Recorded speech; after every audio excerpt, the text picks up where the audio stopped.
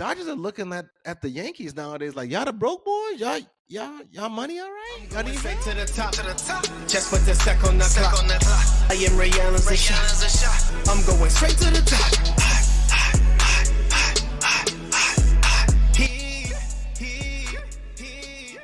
Yo, what's going on, everybody? Mike here, Sports in the Real podcast coming at you once again. As always, I appreciate you guys hopping on for a few minutes. I don't take it for granted. Don't forget to like, subscribe, share if you haven't.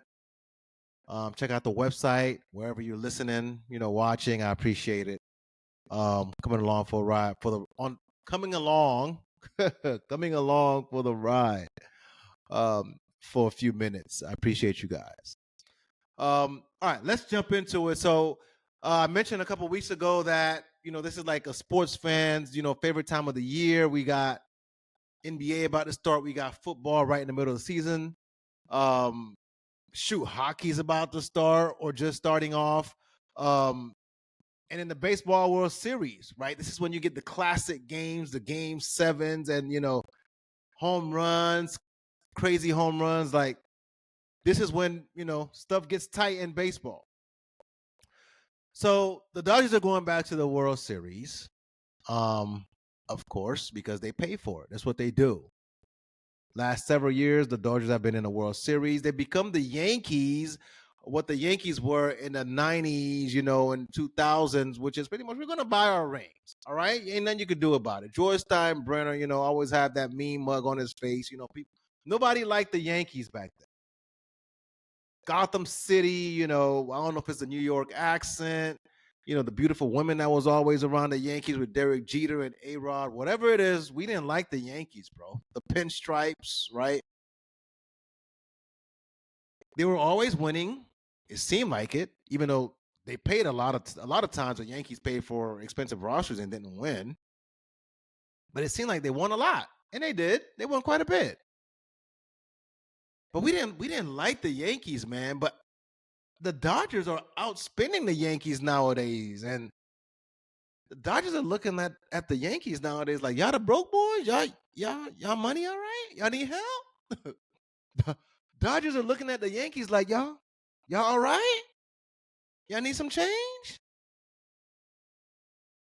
Because the Dodgers are paying like whoever, whenever, whatever they want. This year, their payroll was starting off the year $350 million. They were in a luxury tax. I don't know why baseball is wasting their time with this luxury tax thing when they know they got these markets that are going to pay whatever.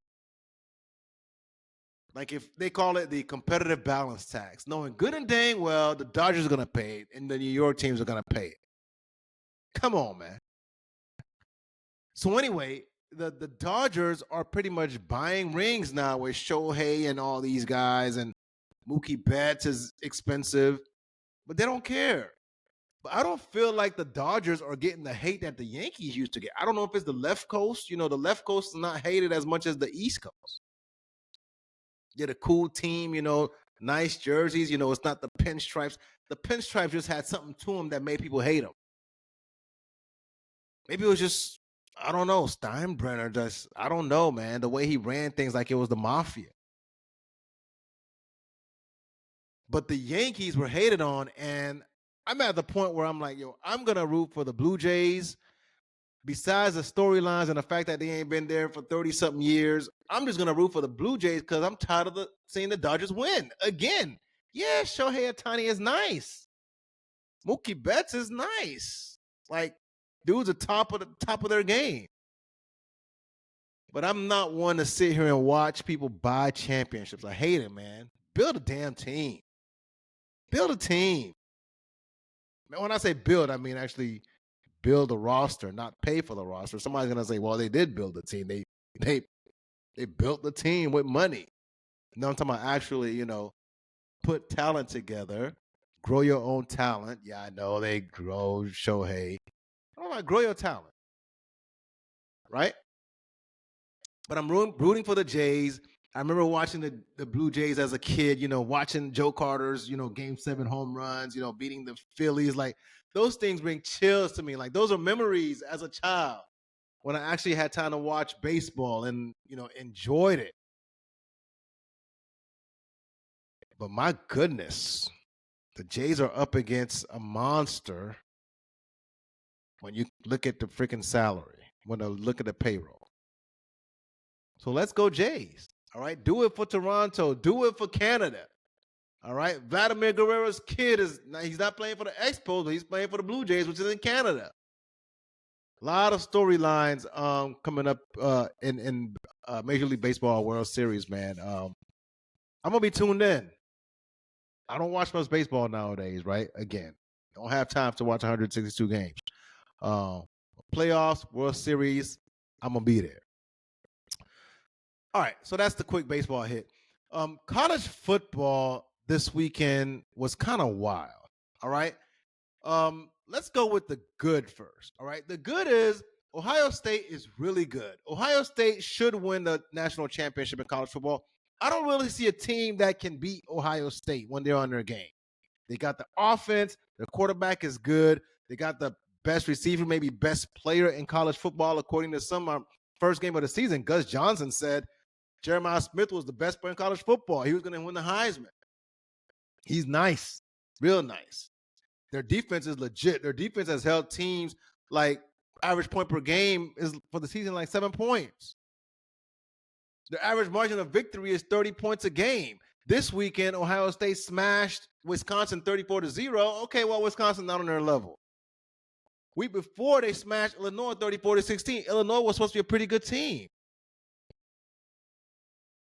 Ohio State has a really good squad. If anybody is dominant this season in a NIL, kind of landscape of college football, it's Ohio State. And if they don't win a championship, that's going to be the shocker. And I've been waiting for somebody to show that they're dominant, right? Like, sports are better when there's a dominant team that everybody's shooting their arrows at. And right now, nobody got nothing for Ohio State. So Julian saying their quarterback's a Heisman hopeful. I said Jeremiah Smith is a Heisman hopeful. Like, they got a squad full of NFL players, NFL talent.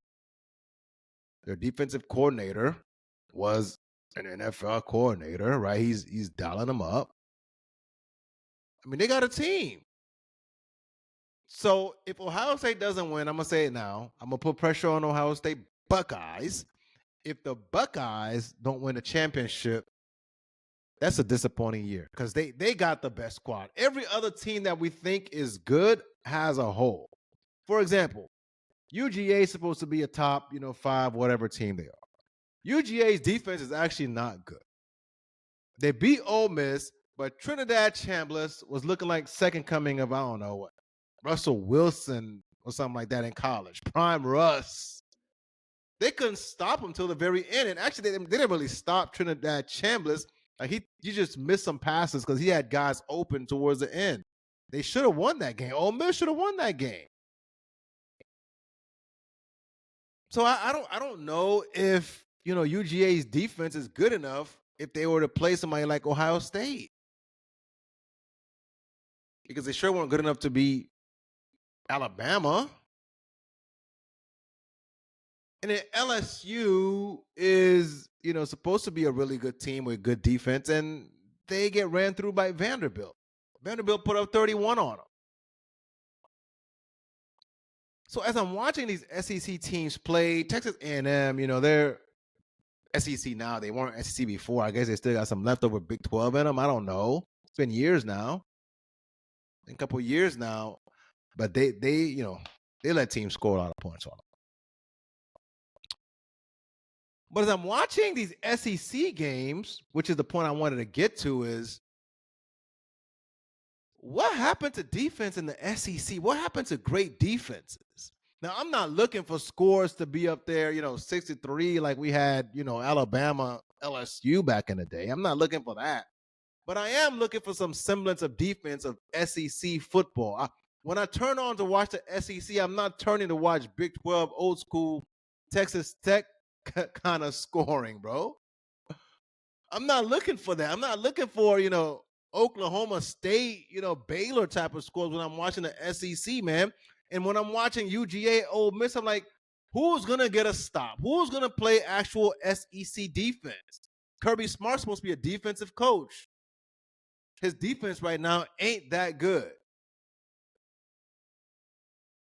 So where is the SEC's like defensive athletes that everybody talks about? They got the best athletes and the best players, and SEC defenses look no different than anybody else.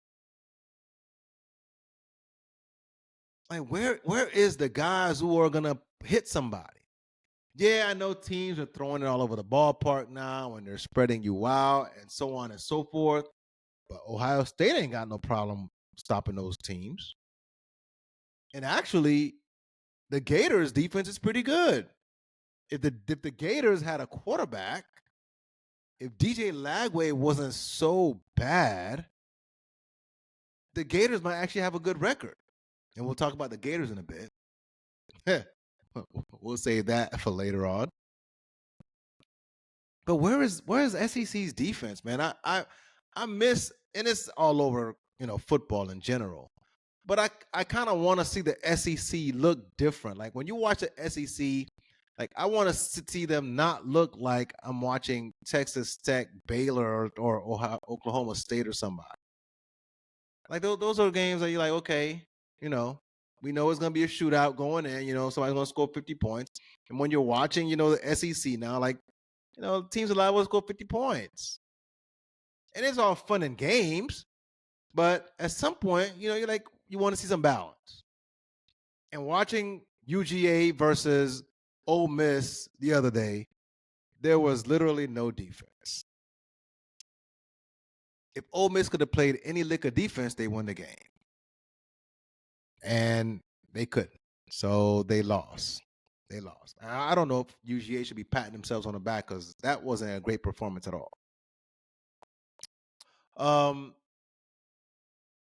University of Miami lost to Louisville. That kicked off the weekend on Thursday night. And I said it, man. I said, look, I think Miami has the schedule after they beat Florida State. I was like, man, Miami has a schedule to run the table. But if y'all go back and watch that episode, I said, but if Mario Cristobal doesn't mess things up, if the coaching doesn't mess things up, and they did. And Mario Cristobal has done a good job. He's turned the program around. I don't want to hate on the cat. I don't want to sound like a hater.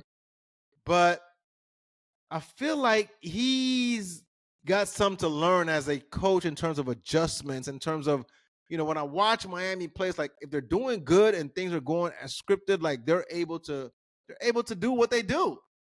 Their defense is able to do what they do. They're able to stay on schedule with their offense. But as soon as a team makes them go off script, it's been like that the last couple of years, whether it's Georgia Tech or whatever, right? They look off, and they looked off against Louisville. And, of course, Carson Beck throws 4 picks. After the game, he throws his receiver under the bus for that last pick. I mean, they're still in the hunt to win the ACC, I guess, which is not a great conference right now. Like, Clemson sucks. We'll talk about Florida State in a bit. But I really thought had a chance to run the table and represent the ACC in the playoffs and, put on a good showing. But now, I don't know, because I don't trust their coaching. They may end up losing again simply because I don't think the coaching, when teams like figure out how to match up with them and take them out of their comfort zone and do things that they're not expecting, I don't know if they have the coaching to adjust. But hey, who am I? I'm not a coach. I don't coach football. But I see what I see. And something told me that despite the schedule lining up for that the coaching for some reason wasn't gonna line up to the point where they could actually run the table like that. Oh well, I'm never mad when loses. All right. So my Seminoles lost again. I don't really want to keep talking about my teams this year. This probably might be my last week that I talk about Florida State and the Dolphins. We'll get to that later. Florida State lost to Stanford, and the storm is now picking up into this Mike Norvell getting fired thing. The AD comes out and says, we're not going to fire him during the season. Can't blame them. Buyout is too big, but the buyout is still big after the season. They lost to Stanford, and I'm watching that game. It's freaking late at night. Why do I do this to myself? I'm torturing myself watching the Seminoles play 10:30, Eastern time. They're playing at Stanford. And first of all, I'm gonna pause right there. I thought the NCAA cared about the kids. Why did they align Stanford, these West Coast teams, to play against East Coast teams, and you're flying across the country and you're dead tired playing on the West Coast? Like, you're liable to get hurt.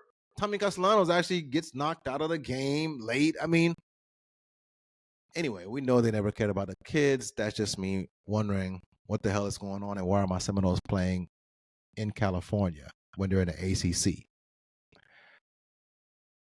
So we get smacked by Stanford, who's not a good team. And the storm is picking up around Mike Norvell.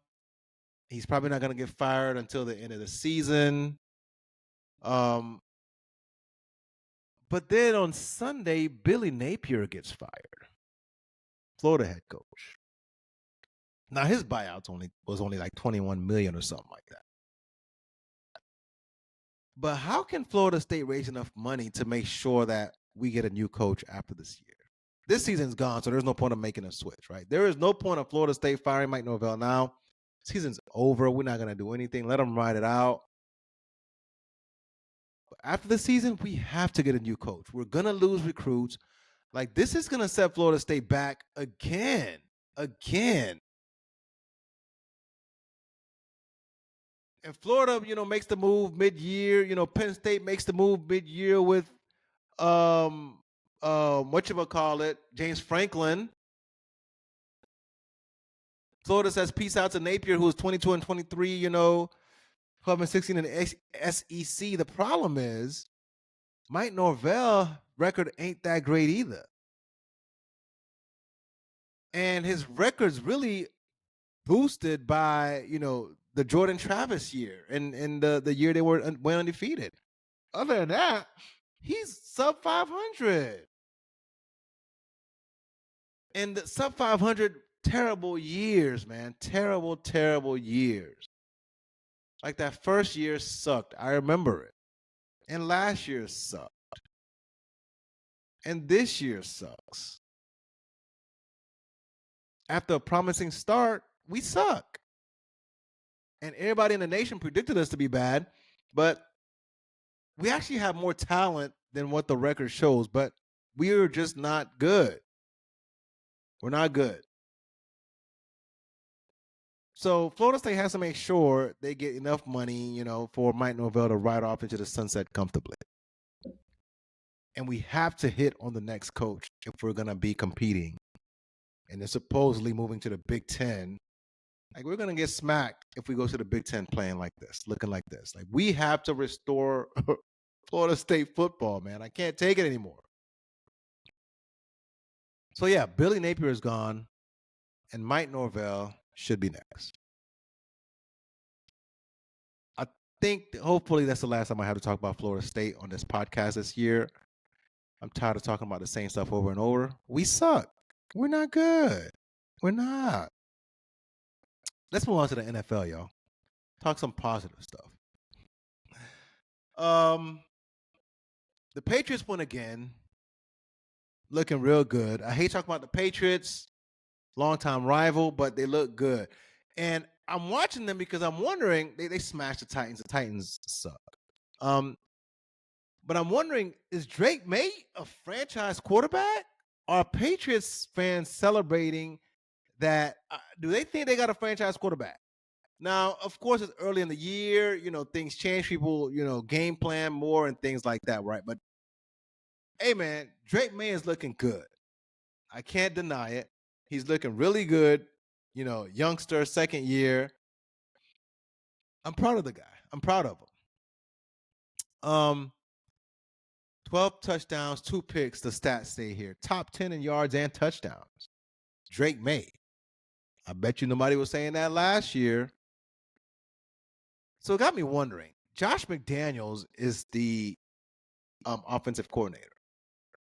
Josh McDaniels has to be like the craziest story when it comes to like just switches, right? Like switching on and off. As an offensive coordinator, Josh McDaniels won Super Bowls. He is legit. He won with Tom Brady, and now he's making Drake May look like an all-pro. Josh McDaniels, the head coach, sucks, and his quarterbacks look terrible. For the life of me, I don't understand how that happens. How are you this good as a coordinator, but so trash as a head coach? Listen, not everyone's built to be a head coach, right? I understand that. I understand that some guys are meant to be coordinators, but I don't know anybody who looks so good as a coordinator, but then the position that they're supposed to be good at looks so bad when they're a head coach. Like you would expect Josh McDaniels' offense, even though he may not be a true head coach, to be able to control an entire team. You would expect his offense to be good when he's a head coach. His offenses usually suck. And he can't get along with his quarterbacks. He can't get along with anybody. But as an offensive coordinator, he's great. I don't understand that. I really don't. I wish somebody could explain that to me. How do you go from great offensive coordinator to just terrible, terrible head coach, a failure each time you get an opportunity? Oh, I don't want to take interviews and all this stuff. It's wild, man. It's wild. But shout out to him. He's found his role, man. He should just stick with the Patriots. Stay with Vrabel. They'll win a lot of games. If Drake May continues to develop and play well, my goodness. Meanwhile, my Dolphins suck. I'll talk about that later. Are the Colts legit? Like, seriously, are the Indianapolis Colts the best team in the AFC? If not the best team, definitely the second best team. Like, if the Colts right now aren't the best team in the AFC, they're the second best team. Now, personally, I have a hard time putting anybody above the Chiefs, but that's just me. That's just because of their pedigree. That's because of Pat. That's because of, whoever I don't know, Chris Jones and Kelsey. Respect for those guys. And of course, Andy Reid as a great head coach. I talked about him being like probably the GOAT head coach, being able to do it with multiple quarterbacks, multiple teams. So the Chiefs, right? If you were going to get the Chiefs, you should have gotten them before when their offense was struggling last year and they still went to the Super Bowl. Last year, they averaged like 22 points a game. This year, the Chiefs are averaging like 26, 27 points a game. The league is in some trouble. As much as I hate to say it, the Chiefs are probably going to go back to the Super Bowl. I predicted it a couple of weeks ago, and I'm really confident in that now. Because now they're scoring again. A couple of weeks ago, I didn't think they could score again like that. But they got some speedsters now at receiver. Kelsey's still reliable, so those receivers, take the roof off the defense, and Kelsey's able to run underneath and do his thing still. Patrick is still Patrick. Andy Reid is still Andy Reid. Like, they got an offense again. You let the NFL let the Chiefs get an offense again. So guess what? Good night, good fight. These guys are going to go back to the Super Bowl again. They were talking about it on the broadcast, last week, how much speed they got. Like, they got 3 receivers that run like 4.3s or sub 4.3s. At least 3 receivers on the roster. Xavier Worthy runs like a 4.2 something. Tyquan Thornton is fast. Hollywood is fast. Like, you giving Patrick Mahomes that much speed? And you know what they do in the playoffs. You know how the defense comes up in the playoffs. So the Chiefs are going back to the Super Bowl again, in my opinion. They're like that. They smashed the Raiders 31-0. I don't know what's going on with the Raiders. Geno got like 10 picks already this season. Yikes. He might get benched. But the Chiefs are like that. So if they're number one, if the Chiefs are number one, the Colts are definitely the number 2 ranked team, right? The second best team in the AFC. And they're legit. They beat the Chargers by 14 points. The Chargers, who some people, including me, thought would be really good. Their division, right? The AFC South isn't that great. But Daniel Jones is balling out of control, man. I hate to say it. It pains me to say Daniel Jones is balling out of control. The man is top 5 in yards passing. Daniel Jones? Yeah, that Daniel Jones. Jonathan Taylor is maybe the best running back in the NFL with Saquon not getting the ball as much in Philly. Jonathan Taylor's leading the league in rushing. He already got 10 touchdowns. He might go for 2K this season if he keeps the pace up. So they got a good quarterback. I hate saying that. Great running back. Defense is okay, not great. They just make enough plays to win. I think the coach should feel comfortable, and confident that we can beat anybody in the AFC. We can. Now they'll probably run up against the Chiefs, and the Chiefs in the playoffs, you don't want to see them. But the coach should feel confident that with our O-line, the way we play and how we score, the coach should feel confident that they're not backing down from anybody. Again, I still think the Chiefs are going to win or go back to the Super Bowl. So they're going to represent the AFC in the Super Bowl. But the Colts right now look legit. And they kind of remind me of the Tennessee Titans from a few years back. 2019 Tennessee Titans. Ryan Tannehill comes over from the Dolphins, who everybody had given up on. Everybody thought, outside of me, everybody thought Ryan Tannehill was a scrub. He takes over for Marcus Mariota in Tennessee, and they go on a run, surprise run. Their offense scores easily. Their defense was opportunistic. Daniel Jones is Ryan Tannehill. Jonathan Taylor is Derrick Henry, although he's not as beastly. But position-wise, Derrick Henry was the best running back in 2019. Right now, best running back is Jonathan Taylor. And they are poised to go on a run. And I would not be surprised if the Indianapolis Colts end up AFC Championship game this season. I would not. Just like the Titans, and nobody was expecting the Titans in 2019 to do anything. Everybody had given up on Ryan Tannehill's career, and Derrick Henry, nobody really knew. People knew Derrick Henry, but they didn't think he was that good, right? And then he, when Tannehill takes over from Mariota, Derrick turns into a monster.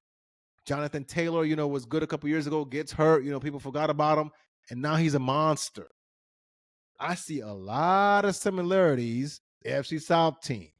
I see a lot of similarities between that 2019 Titans team and this year's Colts team. People gonna sleep on them. People gonna say, "Oh, it's only Daniel Jones," and you're right. I'm gonna say, "Oh, it's only Daniel Jones." I'm gonna agree with you, but I can't deny what I'm seeing right now. He's not putting the ball in harm's way. He's not out there wilding like he was with New York, taking chances. He doesn't need to. He's protected. He just plays well. Guys are open. He throws in the ball. Jonathan Taylor does his thing, and they keep winning games. It felt like they dominated the Chargers the other day. It really did. So we'll see. We'll check back in later in the year, but I'm confident that the Colts are going to keep winning, and they're likely to end up in the championship game. All right. That was the good. Here's the bad. All right. I mentioned that I don't want to talk much more about my Dolphins this season, but I had to. Tua again throws 3 picks against Cleveland in Cleveland. Yeah, blame the rain, whatever you want. It was ugly. Ugly. And any day now, Mike McDaniels should be fired. Now, team has come out and said it's probably not going to happen, until after the season. They're going to reevaluate. Whatever, man. It's over. It's been over. All right? The team's been solved. The team's been had no real identity outside of when Cheetah's there and we score a lot of points. But against the best teams, right, the last several years against the good teams, the Dolphins haven't been good. So this isn't a surprise now. And I said this, man, when they were talking about Tyreek Hill getting traded. Unfortunately, he gets hurt. But I knew once Tyreek went missing, so would Tua in different ways. Tyreek is on IR. Tua is just on the back of a milk cart. I knew it. because Tyreek was a safety blanket. He was just, lob these passes down to Tyreek, who's wide open. As good as Jalen Waddle is, he's not Tyreek. So now we're getting smashed by teams like the Browns, who suck. Dylan Gabriel, is not ready for prime time. But our defense couldn't really do anything against the Browns. They stomped us. 3 picks. Last week, what was the excuse? Oh, people weren't showing up to team meetings, players only meetings. And now it's on you, big bro. You're getting paid $200 million. What's up? What are you going to do? And this reminds me, by the way, I've said this before in this podcast and I'll say it again. I have something against college QBs who play on stacked teams. I really do. Because I feel like they get overrated. Going back, to the 90s, or like when you play on a team with all the weapons like Tua had, and people are like, oh man, Tua's like the best passer, most accurate passer I've ever seen, and tank for Tua, and people talking about 7-on-7, and Trent Dilfer talking about, man, he's like the best passer I've seen in whoever's camp, like, please. People need to stop talking about 7-on-7 camps, stop talking about Manning camps. Like, who cares, bro? Can you play actual big boy football when you don't have a stacked team? And I've said it before and I'll say it again. QBs in college who play on stacked teams hardly ever turn out great in the NFL. Because you look tremendous in college playing on stacked teams. So Tua was throwing to all NFL cats, the fastest dudes. So yeah, he looked great. I'm not saying he's a scrub, but he was overrated because of the talent around him. But for whatever reason, the professional analysts and scouts don't see that, bro. I saw it. I bet you Tua's arm wasn't strong enough for the NFL. I saw that at Alabama. Guys were running wide open, just like Tyreek Hill is always running wide open. That's how you become so accurate, when guys are running wide open. But when they're challenged and your noodle arm is not able to squeeze that thing into those tight spaces, you look different. So now, again, the Dolphins are stuck with $200 million quarterback who's not worth $20 million. Who knows what can they do with them? That's a tough salary hit. That's a tough bump.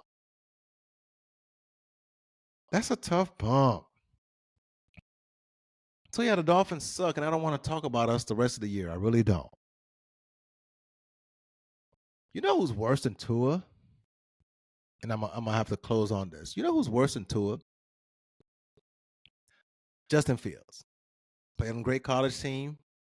People talked about him, coming out as, same draft class as Trevor Lawrence. Some people thought he was better than Trevor Lawrence. Again, 7-on-7 camps. I think it was the Manning camp. People were like, at the Manning camp, Justin Fields looked better than Trevor Lawrence, so on and so forth, blah, blah, blah. And I don't want to sound like too much of a hater, but I'm going to say this, man. I've never been close. I was never close to playing in the NFL, not even a little bit.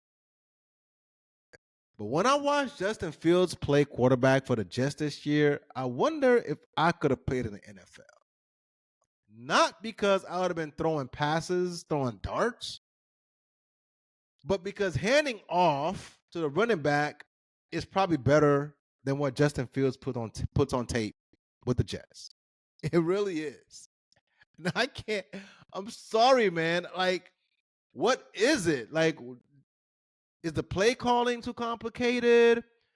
What is it that makes him look so bad? They were overseas at the London game.